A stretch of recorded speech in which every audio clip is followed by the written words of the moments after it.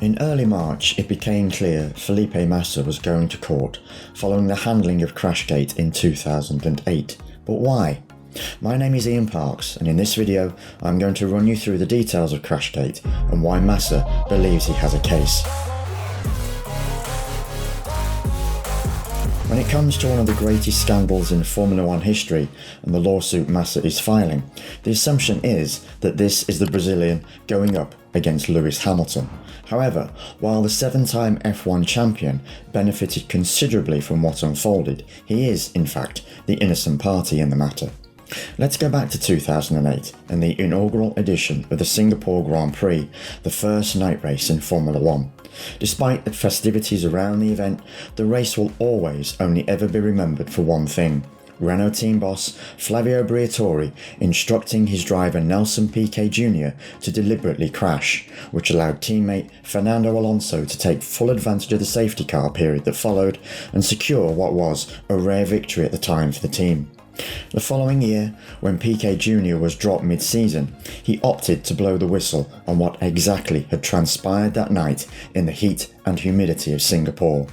An investigation was soon launched, leading to Briatore and Pat Symonds, then the executive director of engineering at Renault, being suspended. Major partners, such as the team's title sponsor ING, parted ways with the team, and the scandal called Crashgate was born. Despite all of the commotion, the outcome of the race remained unaffected. Alonso retained his victory, but perhaps more importantly, Hamilton finished third, whilst Massa was 12th and missed out on points, not as a direct consequence of Piquet's crash, but as part of the chain of events which followed, and a pit stop which saw him pull away with a fuel hose attached to his Ferrari at a time when he was leading the race. The results of that Grand Prix played a crucial role in then McLaren driver Hamilton going on to win the first of his titles, and in the most dramatic of circumstances. At the final race of the year, Massa's home Brazilian Grand Prix, he appeared set to become champion. Indeed, for all of 38 seconds that was the case, after taking the checkered flag as race victor. At that stage, Hamilton was 6th on the road, but on the last lap and at the final corner, the Briton passed Toyota's Timo Glock, who was on dry weather tyres in wet conditions. That move allowed Hamilton to secure an extra point, crowning him champion with 98 points to Massa's 97. Let's now fast forward to 2023. Bernie Ecclestone, who was the CEO of F1 during the year of Crashgate, remarkably claimed in an interview that he and then FIA President Max Mosley were aware of a potential breach during the 2008 campaign, but opted not to act immediately. Instead, the incident was not investigated until after the season had concluded, when it was too late to change the standings. In essence, the result of that race should have been annulled.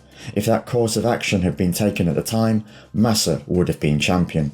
As you can appreciate, Ecclestone's words, even though he has since remarked that he does not remember making them, were eye-opening for Massa. So, let's now declare that result null and void, right? Unfortunately, it's not that simple. Apart from the fact you open up quite a can of worms and rewrite history, the sports regulations state the result of a championship is final once the champion has received the trophy at the end of year FIA gala. Massa has since declared himself to be the rightful champion, but what does he hope to achieve with his lawsuit? Does he really intend to claim the 2008 world title at Hamilton's expense? If so, Hamilton would no longer be the record-equalling title holder with 7 championships to his name, alongside Michael Schumacher, but instead he would only have 6. Massa is seemingly realistic enough to recognise that this is an unachievable goal. Instead, now that it seems that the rules were disregarded, resulting in the apparent loss of the world title, Massa feels he is at least entitled to financial compensation. Apparently, previous attempts to reach a compromise have failed, forcing Massa down the legal route, and a claim for $82 million for his loss of earnings over the past 16 years. The law firm he has appointed to handle the matter, Vieira Rezende, has explained why it feels their client is entitled to such a huge sum. It has said that Mr. Massa is seeking declarations that the FIA breached his regulations by failing to promptly investigate Nelson Piquet Jr.'s crash at the 2008 Singapore Grand Prix, and that had it acted properly, Mr. Massa would have won the Drivers' Championship that year.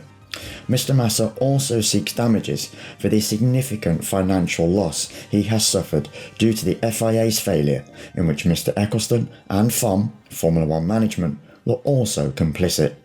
As you can appreciate, the case will now be followed with eager interest by many. As to how long the matter will take to resolve, that is unclear at this stage.